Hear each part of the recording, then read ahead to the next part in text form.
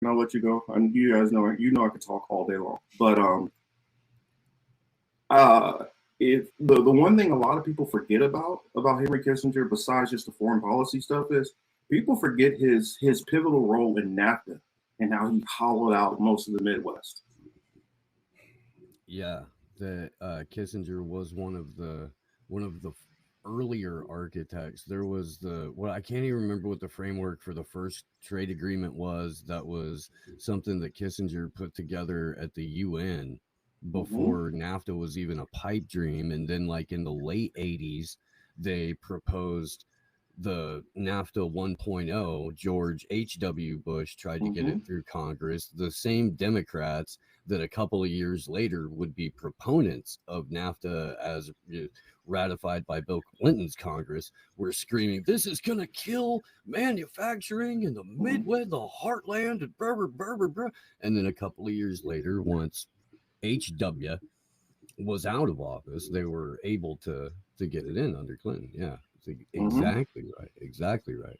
Um, I want to look at this gross shit for a second, and then I have a quick little clip of kind of Hank's greatest hits.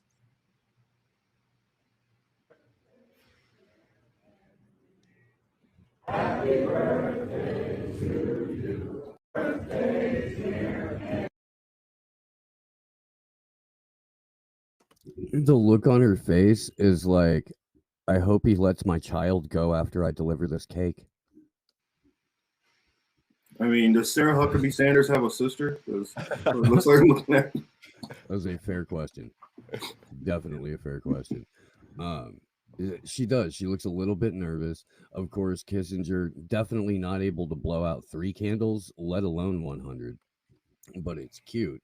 However, it should be remembered, especially on the guy's century anniversary, what this again gigantic blob of satanic jello has done to the rest of the world.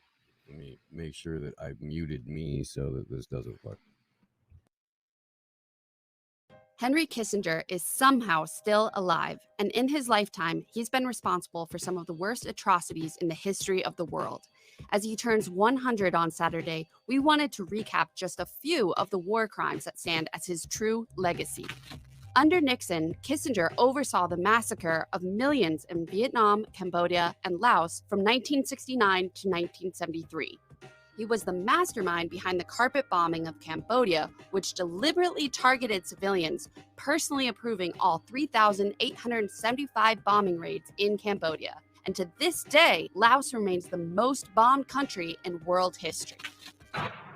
In Chile, Kissinger played a key role in orchestrating the US-backed 1973 coup that toppled the socialist government of Salvador Allende and installed the fascist Augusto Pinochet. Pinochet's brutal regime murdered thousands and subjected tens of thousands more to torture during his 16-year reign. Kissinger aided the Pakistani dictator Yahya Khan against Bangladesh's liberation war of 1971, enabling the mass slaughter of an estimated 300,000 to 3 million people. Kissinger authorized and armed Suharto, the Indonesian dictator, in his genocidal invasion of East Timor in 1975. This campaign led to the death of over 200,000 Timorese through massacres and forced starvation. In 1976, Kissinger gave his pre-approval to Argentina's right-wing military junta for their dirty war against leftists, resulting in the brutal murder, torture, and disappearance of over 30,000 people. This is only a glimpse into the extensive list of Kissinger's crimes, and new things are still being revealed every year. While Kissinger continues to be honored and held in high regard by the mainstream political establishment, it's clear that he should rightfully be remembered as one of the biggest mass murderers in history.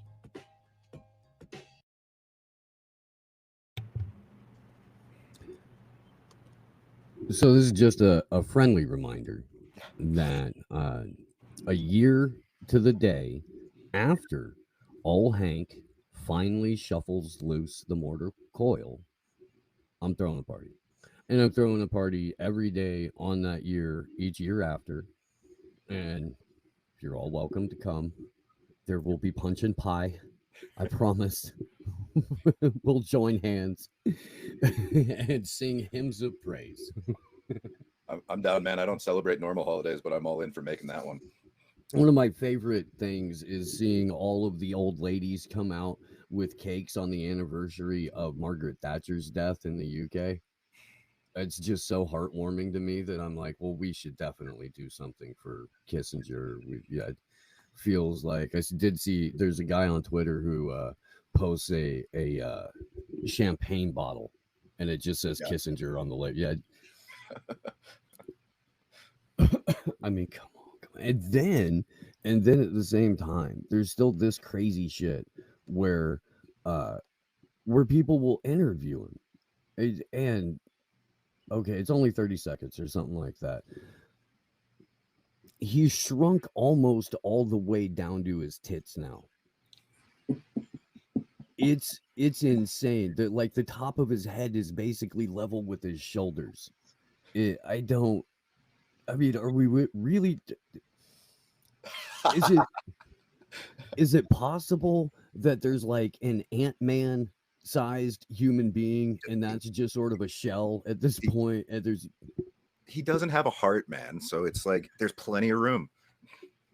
Some Wild Wild West shit. You just open up his chest cavity and it's some Rube Goldberg steampunk moving around in there. And then up top, it's kind of like Men in Black, the first one, where you got that alien who's literally sitting in a pod and he's like steering everything. Yeah, absolutely. All right, let's see if there's anything that comes out of Hank's mouth besides ribbit.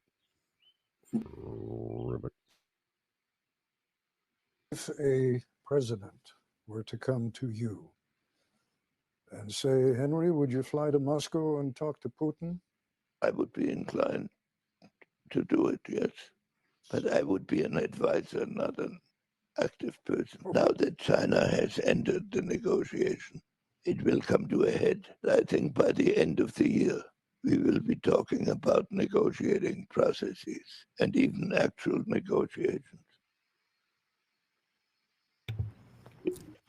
So Henry Kissinger calling the shot. By the end of this year, there will be discussions of a process for negotiation or actual negotiation itself between Russia and Ukraine and NATO.